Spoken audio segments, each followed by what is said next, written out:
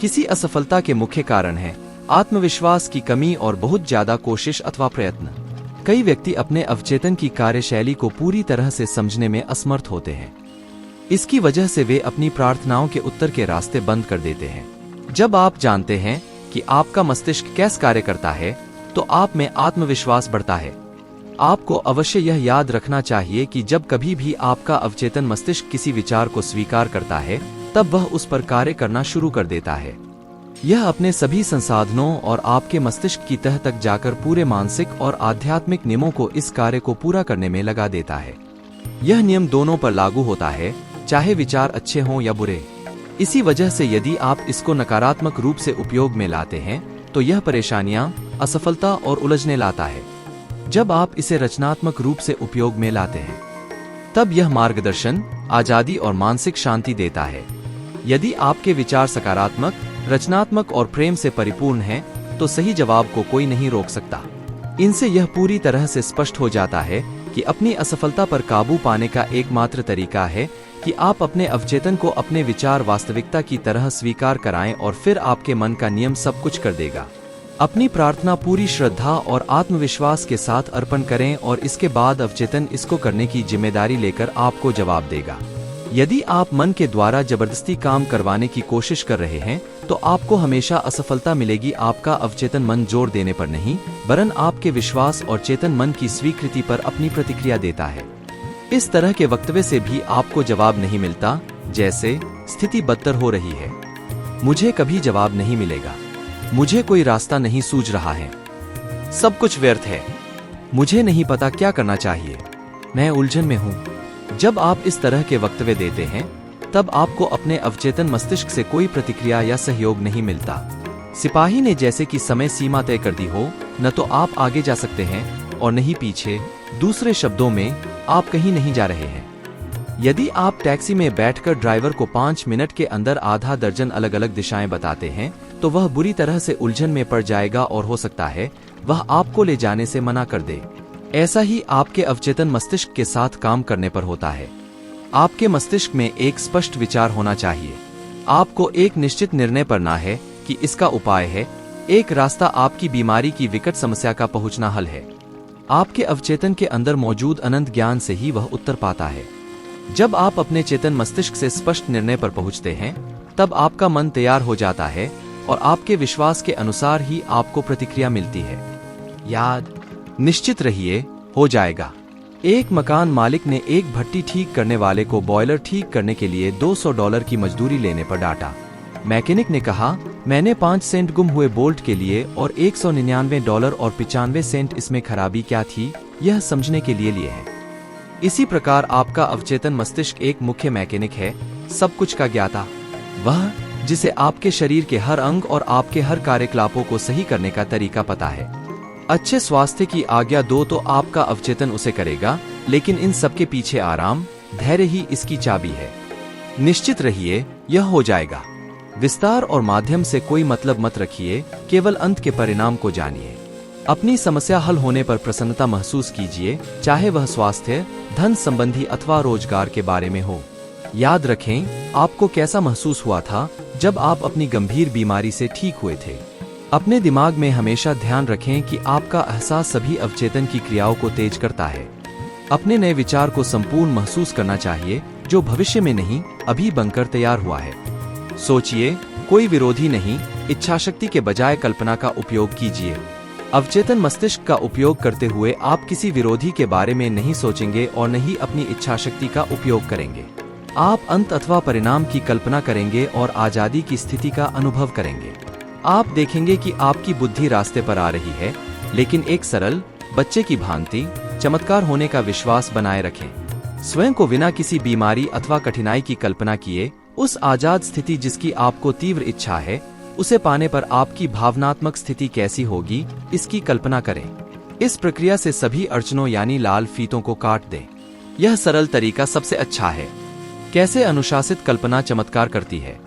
अनुशासित अथवा वैज्ञानिक कल्पना द्वारा अपने अवचेतन मस्तिष्क से प्रतिक्रिया पाने का अद्भुत रास्ता है। पहले जैसे इंगित किया गया कि आपका अवचेतन मस्तिष्क शरीर का निर्माता है और इसके सभी जरूरी कार्यों को नियंत्रित करता है। बाइबल के अनुसार जो कुछ भी आप विश्वास के साथ प्रार्थना से मांगेंगे, विश्वास रखिए वह आपको मिलेगा। किसी पर विश्वास का अर्थ है उसे वास्तविक अथवा सत्य की तरह स्वीकार करना अथवा उसके होने की दशा में रहना। जब आप ऐसा स्वभाव बनाते हैं तब आपको प्रार्थना से जवाब मिलने की खुशी का अनुभव होगा। प्रार्थना में सफलता पाने के 3 चरण। सामान्य प्रक्रिया इस प्रकार है। 1. अपनी समस्या पर नजर डालें। 2. उस हल की ओर जाएं अथवा उससे बाहर निकलने के रास्ते की ओर जिसका हल केवल अवचेतन मस्तिष्क को पता है। 3. इसके होने के गहरे यकीन का अनुभव करते हुए निश्चित हो जाएं। अपनी प्रार्थना को ऐसा कहकर कमजोर न करें, काश मैं ठीक हो जाता। उम्मीद है आपके किए जाने वाले कार्य का एहसास बॉस है। अवचेतन मस्तिष्क की अनंत उपचार शक्ति के लिए पहिया बनकर बुद्धिमान बनिए। अपने अच्छे स्वास्थ्य के विचार को यकीन के तौर पर अपने अवचेतन मस्तिष्क को दें और फिर निश्चित हो जाएं। अपने हाथ भीले छोड़ दें। स्थिति और परिस्थिति को कहें, यह भी खत्म हो जाएगा। निश्चितता के द्वारा आप अपने अवचेतन को प्रभावित करते हैं, जिससे विचार के पीछे की गतिज ऊर्जा इसे पाने के लिए कार्य की कमान अपने हाथ में ले लेती है।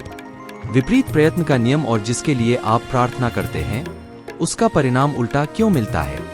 40 वर्ष पूर्व जब फ्रांस के प्रसिद्ध मनोवैज्ञानिक अमेरिका गए, उन्होंने विपरीत प्रयत्न के नियम की परिभाषा इस प्रकार दी है, जब आपकी कल्पना और इच्छा विरोधाभास में हो तब आपकी कल्पना ही विजयी होती है।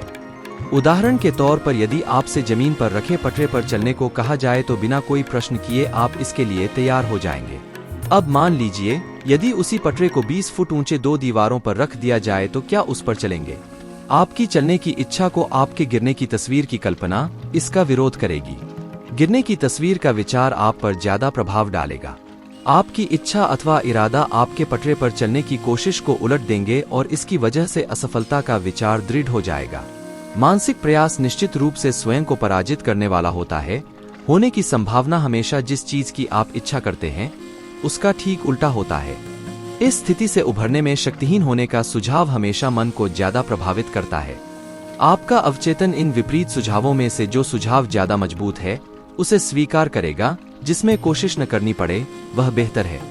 यदि आप कहते हैं मुझे उपचार चाहिए मगर मुझे नहीं मिल सकता, मैंने बहुत कोशिश की, मैंने जबरदस्ती प्रार्थना की, मैंने अपनी ओर से पूरी ताकत लगा दी, आपको जानना चाहिए कि गलती आपके किए गए प्रयासों में है। कभी भी अपने अवचेतन मस्तिष्क को अपनी इच्छा शक्ति का उपयोग करते हुए उसे स्वीकार करने पर जोर न दें। इस तरह के प्रयत्नों का असफल होना निश्चित है। जिस चीज के लिए आप प्रार्थना करते हैं आपको उसका उल्टा मिलता है। निम्नलिखित उसका सबसे सामान्य अनुभव है। छात्र जब परीक्षा देते समय अपने विषय को पढ़ रहे होते हैं तब वे पाते हैं कि उनका पूरा ज्ञान गायब हो गया है अथवा उनका पढ़ा लिखा सब गायब हो गया है। उनका दिमाग एकदम खाली हो जाता है और वे एक भी जरूरत का विचार नहीं सोच पाते। जबरदस्ती याद करने की कोशिश उनकी असफलता का कारण था। यह विपरीत प्रयत्न नियम का उदाहरण था, जहां आपको जो आप मांगते अथवा प्रार्थना करते हैं उसका उल्टा मिलता है। इच्छा और कल्पना के बीच के संघर्ष का समाधान जरूरी है। मानसिक शक्ति के प्रयोग का अर्थ है कि वहां पहले से ही विरोध है। जब आपका मस्तिष्क किसी समस्या को खत्म करने पर केंद्रित है तब उसे रुकावट से कोई मतलब नहीं है। मैथ्यू 18:19 के अनुसार यदि आप दोनों इस दुनिया की किसी भी चीज को जिसकी आपको चाहत है उसे छूने के लिए तैयार हैं तो उसे मेरे पिता जो स्वर्ग में हैं जरूर पूरा करेंगे। ये दो कौन है? इसका अर्थ है सामंजस्यपूर्ण मिलन अथवा चेतन और अवचेतन का किसी विचार, इच्छा अथवा मानसिक छवि पर आपसी सहमति।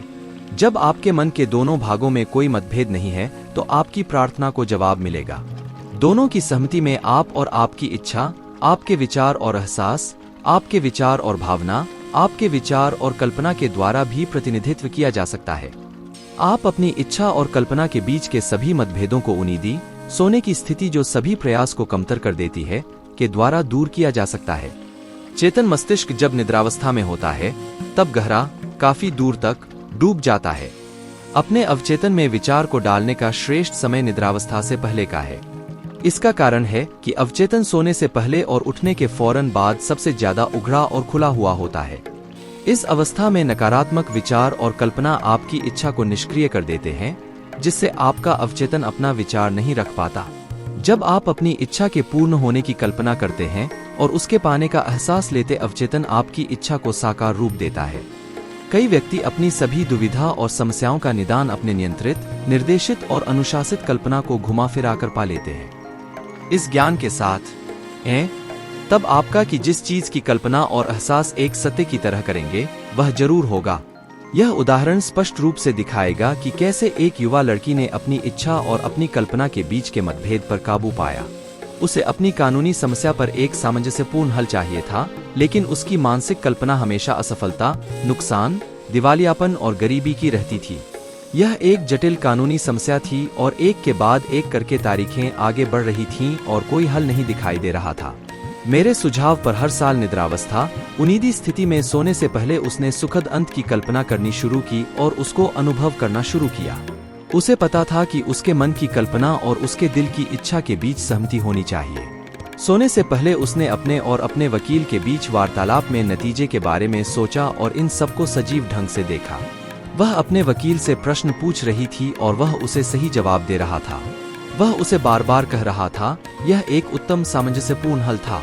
इस केस का हल कोर्ट से बाहर हो गया है।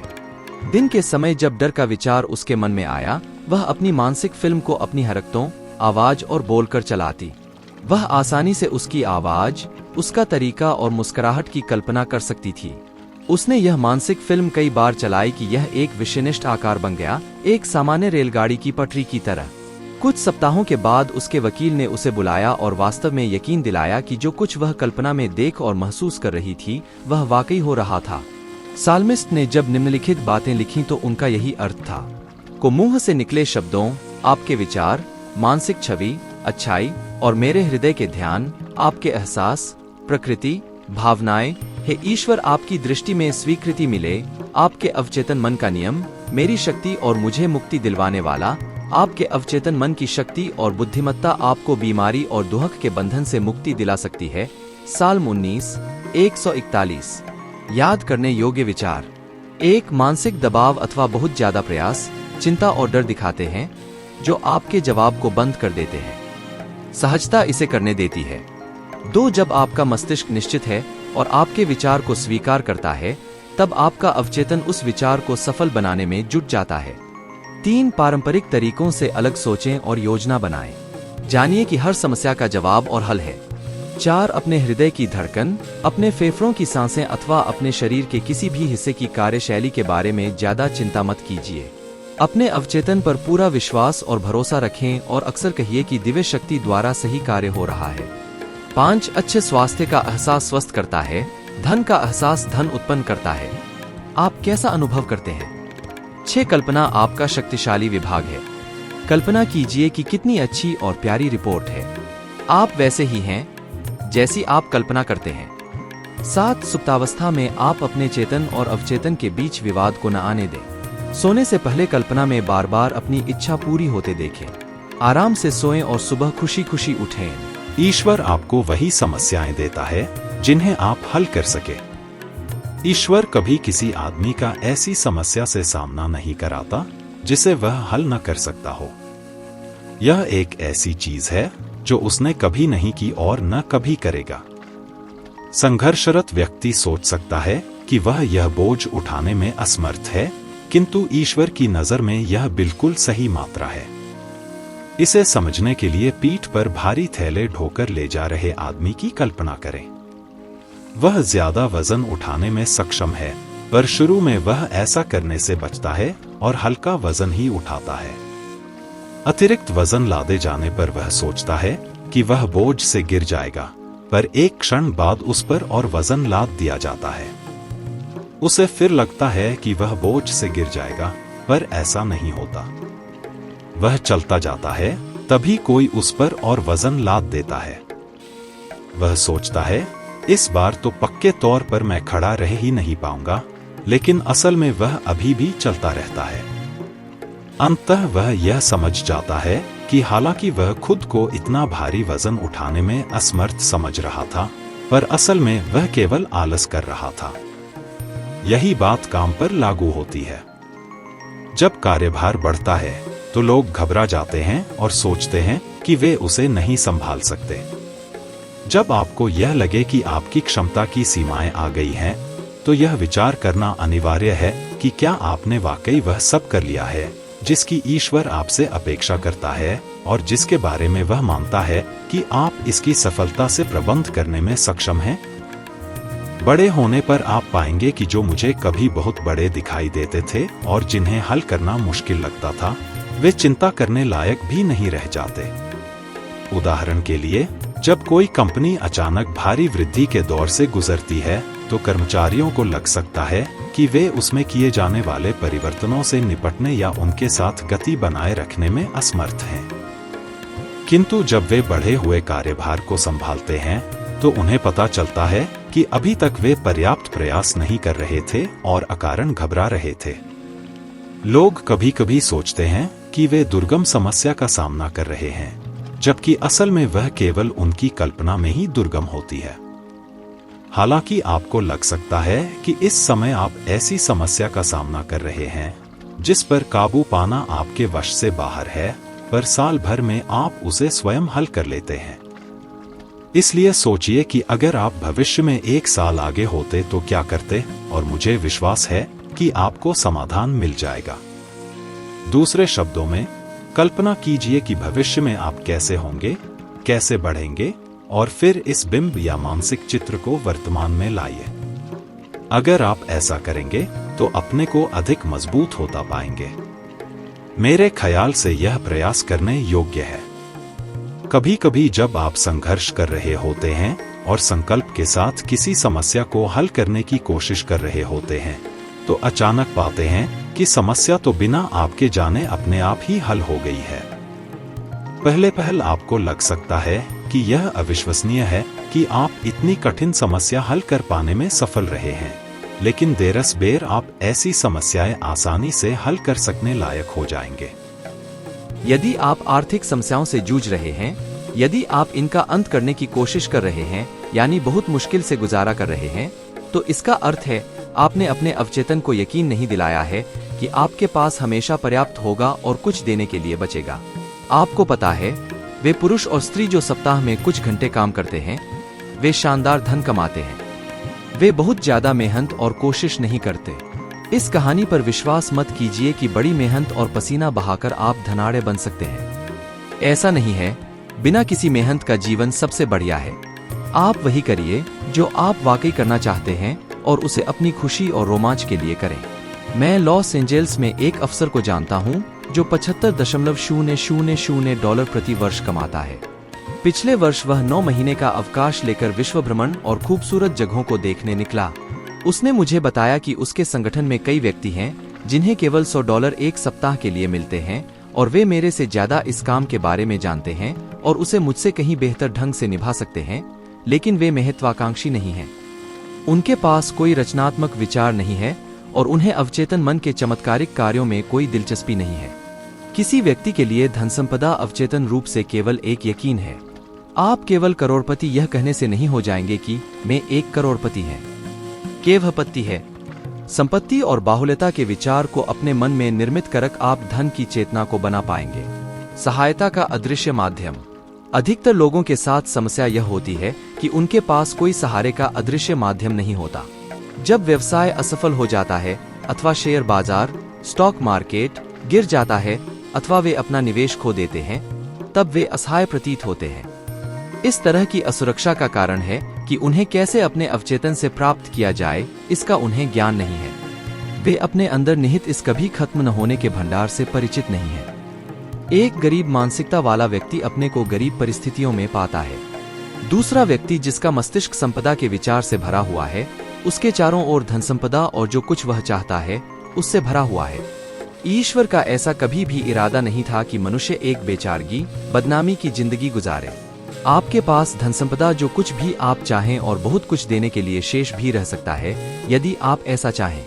आपके शब्दों में अपने दिमाग से गलत विचारों को निकालकर मन को साफ रखने की और सही विचार को उनकी जगह पर रखने की शक्ति है। धन संपदा की जागरूकता चेतना के निर्माण का सबसे सही तरीका। जब आप यह अध्याय पढ़ रहे होंगे, तब शायद आप यह भी कह रहे होंगे, मुझे धन और सफलता की जरूरत है। यही आपको करना है। प्रतिदिन 3 से 4 बार स्वयं को कहें, धन संपदा सफलता। इन शब्दों में अद्भुत शक्ति है। ये अवचेतन मस्तिष्क की आंतरिक शक्ति का प्रतिनिधित्व करते हैं। अपने अंदर मौजूद शक्ति पर अपना मन टांग दें, फिर स्थितियां और परिस्थितियां अपने अपने स्वभाव और गुणों के आधार पर आपके अंदर प्रकट होंगी। आप यह नहीं कह रहे हैं मैं अमीर हूं। आप अपने अंदर की वास्तविक शक्ति पर ध्यान केंद्रित कर रहे हैं। आपके मन में कोई विरोध और संशय नहीं है जब आप कहते हैं अमीरी। आगे चलकर जैसे ही आप अपना ध्यान धन संपदा अमीरी पर केंद्रित करते हैं, वैसे ही अमीरी का एहसास आपके अंदर बढ़ेगा। इस बात को हमेशा अपने मन में बनाए रखिए कि धन का एहसास धन पैदा करता है। आपका अवचेतन एक बैंक की तरह है, एक प्रकार का सार्वभौमिक आर्थिक संस्थान। जब कभी भी आप जो कुछ भी जमा करते हैं, चाहे वह अमीरी का विचार हो या गरीबी का, वह बढ़ता है। अमीरी चुनिए। क्यों धन के लिए दृढ़ कथन असफल हो जाता है? मैंने पिछले 35 वर्ष के दौरान कई व्यक्तियों से बात की है जिनकी सामान्य शिकायत होती है। मैंने सप्ताहों महीनों कहा है मैं अमीर हूं, मैं समृद्ध हूं, लेकिन कुछ नहीं हुआ है। मैंने पाया कि जब उन्होंने कहा मैं समृद्ध हूं, मैं अमीर हूं, तो उन्होंने अपने भीतर महसूस किया कि वे स्वयं से झूठ बोल रहे थे। एक व्यक्ति ने मुझे बताया मैं दृढ़ता से स्वीकार करता गया कि मैं अमीर हूं जब तक मैं थक नहीं गया।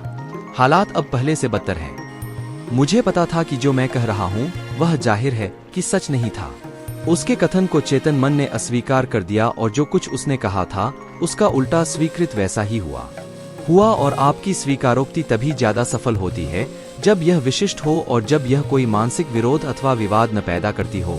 इसलिए इस व्यक्ति द्वारा कहे गए कथनों ने स्थिति को और खराब किया क्योंकि उसके सुझावों में विश्वास की कमी थी। आपका अवचेतन उसी को स्वीकार करता है जिसे आप वास्तव में सच समझते हैं, केवल कोरे शब्द अथवा वक्तव्य की तरह नहीं। प्रमुख विचार अथवा विश्वास को ही हमेशा अवचेतन मस्तिष्क स्वीकार करता है। मानसिक टकराव को कैसे टालें? जिन्हें इसकी समस्या है उनके लिए इस पर काबू पाने का निम्नलिखित तरीका है। इस व्यावहारिक वक्तव्य को अक्सर कहें, विशेषकर सोने से पहले, दिन रात मेरी सभी इच्छाएं फल फूल रही हैं।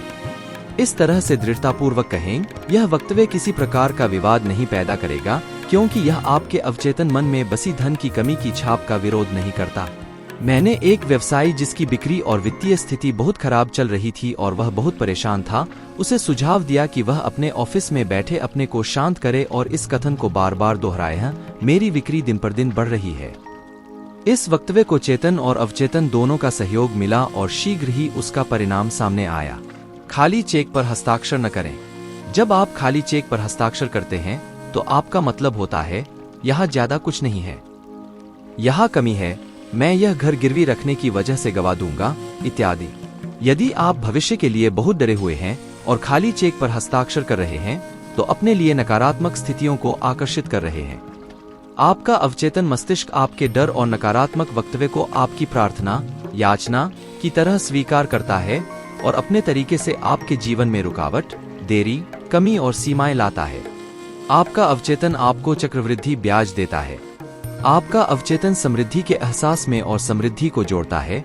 यदि उसके लिए कमी का एहसास है तो उसमें वह और कमी लाता है। आपका अवचेतन कई गुना करता है और उसे और विशाल बनाता है जिसे आप उसमें जमा करते हो। हर सुबह जब आप संपन्नता, सफलता, धन संपदा और शांति के विचार से उठते हैं, तब यह उन विचारों पर अपना ध्यान केंद्रित करता है। आपके दिमाग को ज्यादा से ज्यादा उसी में व्यस्त रखता है। इस तरह रचनात्मक विचार आपके अवचेतन मस्तिष्क में जमा हो जाएंगे और फिर वे आपके सामने विपुलता और समृद्धि लाते हैं। क्यों कुछ नहीं हुआ? मैं आपको यह कहते सुन सकता हूँ, ओह मैंने ऐसा किया और कुछ नहीं हुआ। आपको परिणाम नहीं मिला क्योंकि 5 मिनट पश्चात आपके मन में डर आया और अगले 10 मिनट में जो कुछ अच्छा आपने दृढ़ता से कहा था वह निष्क्रिय हो गया। जब आप जमीन में बीज बोते हैं तब आप उसे उखाड़ते नहीं, आप उसमें जड़ उगने और बड़ा होने देते हैं। उदाहरण के तौर पर मान लीजिए आप कहने जा रहे हैं मैं इसका भुगतान नहीं कर पाऊंगा। इससे पहले कि आगे कुछ कहें, मैं वाक्य को रोकिए और किसी रचनात्मक वाक्य पर ध्यान केंद्रित करें, जैसे हर दिन हर रात मैं हर तरह से संपन्न हो रहा हूँ। समृद्धि का स्रोत। आपके अवचेतन के पास विचारों की कोई कमी नहीं है। अनगिनत तरीकों से असीमित संख्या में इसके पास विचार तैयार हैं जो आपकी जेब में नकदी की तरह आएंगे। यह प्रक्रिया आपके मस्तिष्क में चलती रहेगी, चाहे शेयर बाजार ऊपर जाए या नीचे गिरे, अपना पाउंड स्टर्लिंग या डॉलर का मूल्य घटे। आपकी धन संपदा वास्तव में बांड, शेयर अथवा बैंक में धन पर निर्भर नहीं है। यह केवल जरूरी चिन्ह और फायदे की चीज है। लेकिन फिर भी केवल चिन्ह है। मेरे कहने का तात्पर्य है कि मैं इस बात पर जोर देना चाहता हूं कि यदि आप अपने अवचेतन मस्तिष्क को यकीन दिला दें कि यह धन आपका है और यह हमेशा से आपके जीवन के इर्द गिर्द है, तो वाकई हमेशा आपका होगा, चाहे यह किसी भी रूप में हो। गुजारा करने की कोशिश और असली कारण। कई व्यक्ति दावा करते रहते हैं कि वे किसी तरह से गुजारा करने की कोशिश कर रहे हैं। ऐसा लगता है आप अपने दायित्वों को पूरा करने में भटक गए हैं। क्या आपने कभी उनकी बातें सुनी हैं? कई बार उनका वार्तालाप इस प्रकार चलता रहता है। वह हमेशा उनको भला बुरा कहते रहते हैं जो अपनी जिंदगी में सफल हैं और जिन्होंने भीड़ में अपनी पहचान बनाई है। शायद वे कहते हैं, ओह, उसका तो कोई रैकेट चल रहा है, वह बहुत निर्दयी है, वह बदमाश है, इसी कारण उनमें कमी है। वे उन चीजों को बुरा कह रहे हैं जिसकी इच्छा उनको भी है, वे भी वह सब चाहते हैं। वे अपने से ज्यादा अमीर और धनाढ़े साथी की इसलिए बुराई करते हैं क्योंकि वे उसकी समृद्धि से ईर्ष्या करते हैं। समृद्धि में पंख लगाने का सबसे बेहतर तरीका है उनकी बुराई बंद करना जो आपसे ज्यादा संपन्न और अमीर हैं। समृद्धि के रास्ते का एक सामान्य रोड़ा।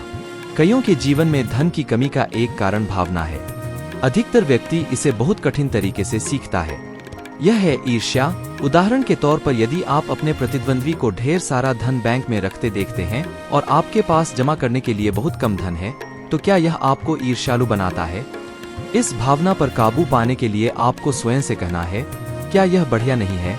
मैं इस व्यक्ति की संपन्नता से प्रसन्न हूँ, मैं उसके लिए और ज्यादा समृद्धि की कामना करता हूँ। ईर्ष्या के भाव वाले विचारों को पालना विनाशकारी है क्योंकि ये आपको नकारात्मक स्थिति में रखते हैं, इसलिए समृद्धि आपसे दूर बहती है बजाय आपकी ओर बहने के। यदि आप कभी भी किसी दूसरे की संपन्नता अथवा उसका अधिक धन देखकर चिढ़ते या परेशान होते हैं, तो तुरंत उसके लिए हर तरह से और समृद्धि की दुआ दें। इस तरह आप नकारात्मक विचार को निष्क्रिय कर देंगे और फिर आपके अपने अवचेतन मस्तिष्क के नियम के अनुसार आपको और ज्यादा बहुलता से धन का बहाव होगा। समृद्धि के रास्ते से बड़ी मानसिक रुकावट को हटाना। यदि आप किसी व्यक्ति के बारे में चिंतित अथवा बुरा सोच रहे हैं कि वह बेईमानी से धन अर्जित कर रहा है, तो उसके बारे में चिंता छोड़िए। आपको पता है कि ऐसा व्यक्ति मस्तिष्क के नियम का नकारात्मक ढंग से उपयोग कर रहा है। मस्तिष्क का नियम उससे खुद निपटेगा। सावधान रहें, उसे टोकने की जरूरत नहीं है। याद रखें, न समृद्धि का रोड़ा अथवा अड़चन आपके अपने मन में है। अब आप अपनी मानसिक अड़चन को नष्ट कर सकते हैं। ऐसा आप सभी के साथ अच्छे संबंध बनाकर कर सकते हैं।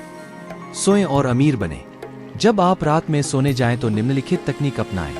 शब्द को दोहराएं। समृद्धि, धीमे से, आराम से और एहसास के साथ। इसे बार बार कहें। एक लोरी की तरह इस एक शब्द को दोहराएं, धन संपत्ति। आप इसके परिणाम से चकित रह जाएंगे।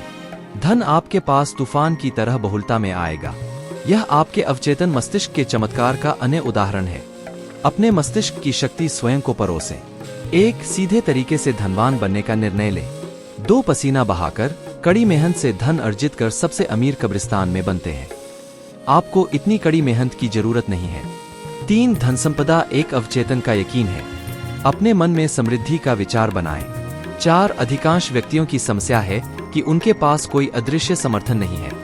5, सोने से पहले स्वयं को धन शब्द का उच्चारण धीरे धीरे और शांति से करीब 5 मिनट तक करें तो आपका अवचेतन धन को आपके अनुभव के लिए लाएगा। 6, धन का एहसास धन को बनाता है। इसे अपने मन में हमेशा रखें। 7, आपके चेतन और अवचेतन का सहमत होना जरूरी है। आपका अवचेतन उसे ही स्वीकार करता है जिसे आप सच समझते हैं। आपका प्रमुख विचार आपका अवचेतन मस्तिष्क हमेशा स्वीकार करता है। प्रमुख विचार समृद्ध का होना चाहिए, गरीबी का नहीं। 8, धन से संबंधित किसी भी मानसिक संघर्ष को और अक्सर दृढ़ता से यह कहकर हटा सकते हैं, दिन रात में अपने सभी कार्यों में उन्नति करता है। 9, अपनी बिक्री इस वक्तव्य को बार बार कहकर बढ़ाए, मेरी बिक्री हर दिन सुधर रही है, मैं आगे बढ़ रहा हूँ, उन्नति कर रहा हूँ और हर दिन और अमीर बन रहा हूँ। 10, खाली चेक भरना बंद करें, जैसे यहाँ कुछ करने को नहीं है या यहाँ कमी है इत्यादि। इस तरह के वक्तव्य आपकी कमी को कई गुना बढ़ाते हैं। 11, समृद्धि, अमीरी और सफलता के विचारों को अपने अवचेतन मस्तिष्क में जमा करें तो यह आपको चक्रवृद्धि ब्याज देगा। 12, जिस चीज को आप दृढ़ता से स्वीकार करते हैं उसे कुछ क्षण के लिए बदनाम मत कीजिए। ऐसा करने से जो कुछ अच्छा आपने स्वीकार किया है वह निष्क्रिय हो जाता है। 13, विचार, जो आपके मन में है वही समृद्धि के असली स्रोत हैं। आपके पास लाखों डॉलर के बराबर के विचार हो सकते हैं, आपका अवचेतन आपको वही विचार देगा जिसे आप चाहते हैं। 14 धन के वहाव के रास्ते में ईर्ष्या और द्वेष रोड़ा अटकाने वाले हैं। दूसरों की समृद्धि का आनंद ले। 15 समृद्धि का रोड़ा भी आपके मन में ही है। सबके साथ अच्छे मानसिक संबंध बनाकर उस रोड़े को नष्ट कीजिए। कभी आप निराश हो जाएं और सोचने लगें कि स्थिति इससे ज्यादा खराब नहीं हो सकती या आप और अधिक कष्ट या विपत्ति नहीं सह सकते, तो यह मत भूलें कि आपके जीवन में ऐसी अवधियां आमतौर पर संक्षिप्त होती हैं। अगर आप केवल 1 या 2 वर्षों पर ही ध्यान केंद्रित करें, तो आप उन चीजों के बारे में खिन्न हो सकते हैं जो आपकी आशाओं के अनुरूप नहीं हुई। ऐसे समय में आपको अपना सोचने का तरीका पूरी तरह बदलने की जरूरत है। इन अवधियों में से किसी एक में आप सफल नहीं हुए, इस तथ्य का अर्थ हो सकता है कि आप 100 गज की तेज दौड़ नहीं जीत सकते, पर इसका यह अर्थ होना आवश्यक नहीं कि आप में धावक बनने की ही योग्यता नहीं। तेज दौड़ें कुछ 100 गज की होती हैं, पर मैराथन दौड़ के बारे में सोचिए जो 26 मील की होती है। अगर आप तेज दौड़ में अच्छे नहीं, तो अपने आप से यह पूछें कि क्या आप में लंबी दूरी की दौड़ के लायक योग्यता है। कभी कभी आपको अपना परिप्रेक्ष्य बदल लेना चाहिए। मैं खुद कभी बहुत अच्छा धावक नहीं रहा, लेकिन जब मैं सीनियर हाई स्कूल में था, तब एक बार मैंने एक मैराथन में भाग लिया था और काफी संतोषजनक स्थान प्राप्त किया था। लंबी दूरी की इस दौड़ के अनुभव ने मुझे सभी कार्यों में धीरे धीरे गति बढ़ाने का महत्व सिखाया। जब दौड़ शुरू हुई, तो मैंने ऐसे लोगों का समूह चुना जिन्हें मैं अपने समान योग्यताओं वाला समझता था, और मैं रफ्तार पकड़ने के लिए उनके साथ दौड़ा। किंतु कुछ क्षण दौड़ने के बाद मेरे शरीर में गर्मी आ गई, मैं अच्छा महसूस करने लगा और मुझे लगा मैं उससे बेहतर कर सकता हूं जितना मैंने मूल रूप से सोचा था। लगभग आधे रास्ते से मैंने अपनी गति बढ़ानी शुरू कर दी और मुझे ऐसा अनुभव होने लगा जैसे मेरे पैर बड़े हो गए हों। मैं तब तक अपनी गति बढ़ाते रहने में सफल रहा जब मैं उन लोगों से आगे निकल गया जो तेज गति की छोटी दौड़ों में हमेशा मुझे हराते रहे थे। तेज दौड़ने वाले आमतौर पर अच्छे तगड़े होते हैं, और जब लंबी दूरी की दौड़ में वे अपनी गति खो देते हैं, तो पाते हैं कि अब वे और दौड़ना जारी नहीं रख सकते। जब मैं उन तेज दौड़ने वालों से आगे निकला, तो मैंने उनके चेहरों पर आश्चर्य देखा। मैं मुश्किल से ही यकीन कर पाया कि ऐसा हो रहा है। यह सचमुच एक आश्चर्यजनक अनुभव था। मैंने आपको धीरे धीरे गति बढ़ाने के महत्व के बारे में बताया है। आपको अपनी क्षमता का निष्पक्ष मूल्यांकन करने और यह निर्णय करने की आवश्यकता है कि कब आपको अतिरिक्त प्रयास करना चाहिए, ताकि आप यथासंभव सर्वोत्तम परिणाम प्राप्त कर सकें। सुधार की गुंजाइश हमेशा रहती है।